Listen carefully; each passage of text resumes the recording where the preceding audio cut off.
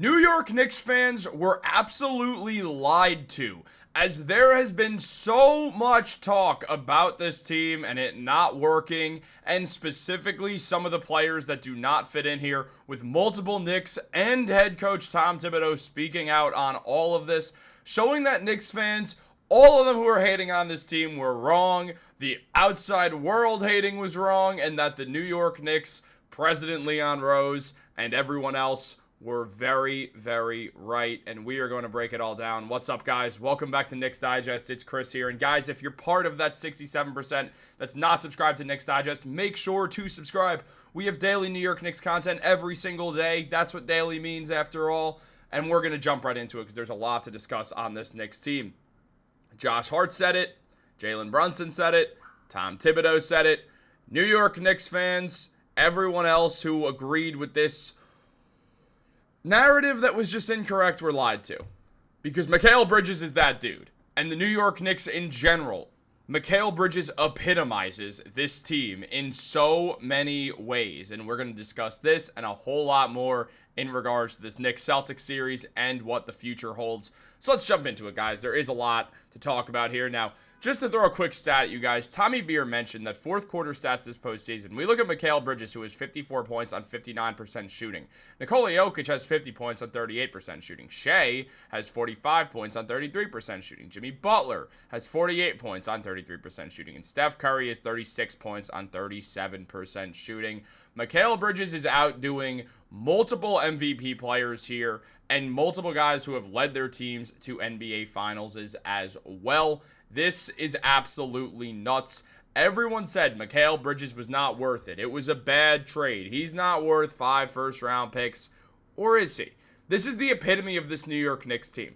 Everyone expected something more, and it didn't instantly happen, and everyone flipped out and freaked out, and then here we are. The New York Knicks are on the brink of eliminating the Boston Celtics, who they have on the ropes in serious trouble right now.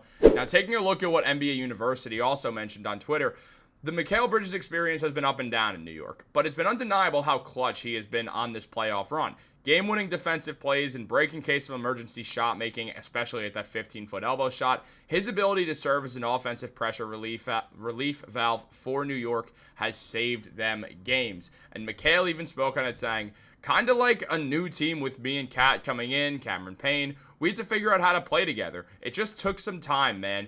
Throughout the season, got to know each other more, how to play off each other. Everybody wants to success early on.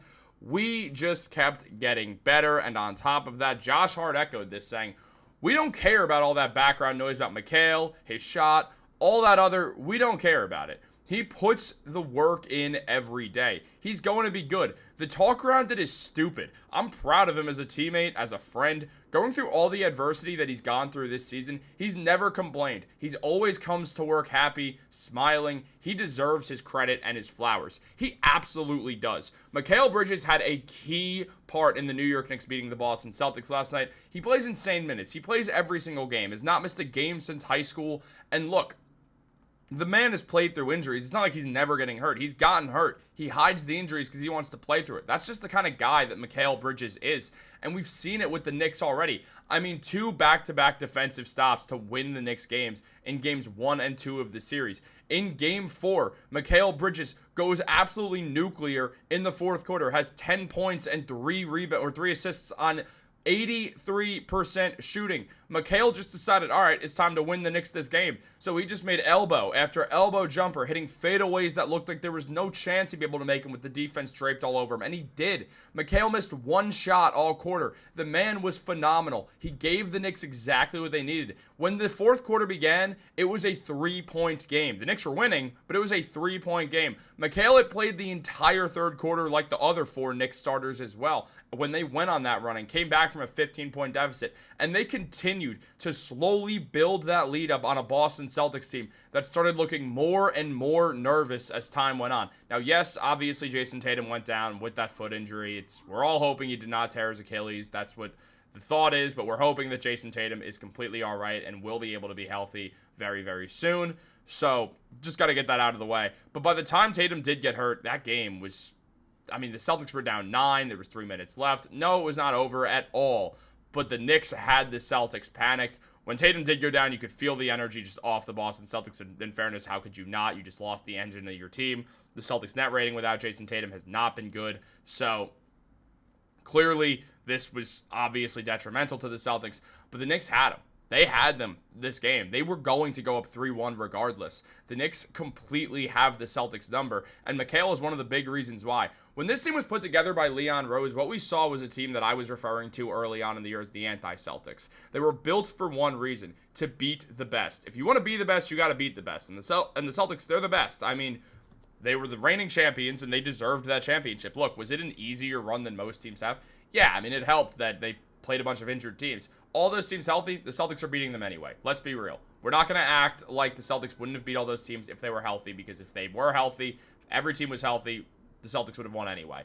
Also, by the way, Porzingis was not healthy when they won that, so it's not like they were fully healthy. I don't mean to defend the Celtics or anything here, but I'm just saying, look, the Knicks made a team that was literally designed to beat the Boston Celtics. They had a rivaling 5-out system with Karl-Anthony Towns coming in to be the best big man on the court and to fit in to the team that they thought could beat the Boston Celtics. They had OG Anunoby already. They brought in Mikal Bridges, so they had the wingstop duo to guard Jason Tatum and Jalen Brown. They had Jalen Brunson, who's routinely been good against the Celtics, and this series has not been as good as usual. They had Josh Hart, who's the best glue guy in basketball, and one of the two best role players in basketball, the other one being Derek White, and calling both Josh Hart and Derek White role players at this point, it kind of feels like the wrong way to refer to both those guys, because it feels like a slap in the face to both of them. Yes, they play specific roles, but they are more than that. They are not just a guy who's like, well, I'm going to get 9 points and go 3 for 5 from 3, which is great. Those players are integral to winning NBA championships. No one's acting like they're not. I mean, look at a guy like Danny Green, career role player who everybody respects and loves and everybody knows because he did everything right. So I'm not hating on role players. I'm just saying that calling Josh Hart and Derek White role players feels like I'm kind of downplaying all the impact that they both have on their respective teams.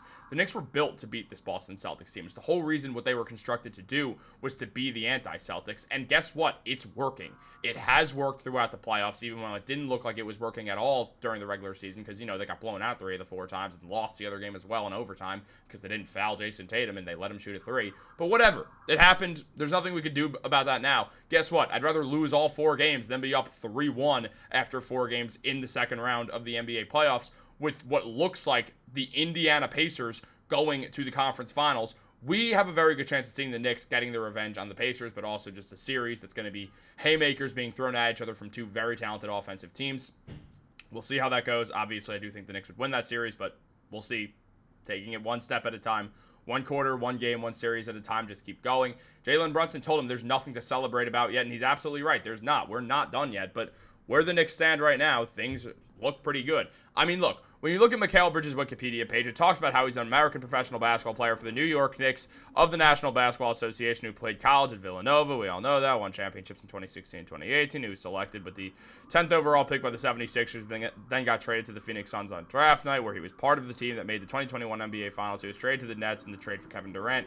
And he's also nicknamed the Warden because of his defensive ability. But Bridges also holds the active record for the most consecutive games played, having not missed a game in his NBA career since being drafted. And most importantly, he is the father of the Boston Celtics. So it's important to note that as well. That is on Wikipedia, or at least was. I'm not sure anymore. But we see Nets fans also crashing out, which is hilarious. We see Knicks fans saying that Mikal Bridges is awesome. Mikal has been the most consistent part of the Knicks right now. And then Nets fans whose draft pick fell 2 spots and now are picking 8th overall. And Mikal Bridges is playing well. So Nets fans, after all that time hating and saying, oh, we got 5 picks for Mikal Bridges, hope you enjoy those picks. It's like, what, the Bucks picking, 21st and the Knicks at 25th. Also, the Knicks might damn well be at 30th at this rate. So thanks. We'll take it again. Let's run that trade back.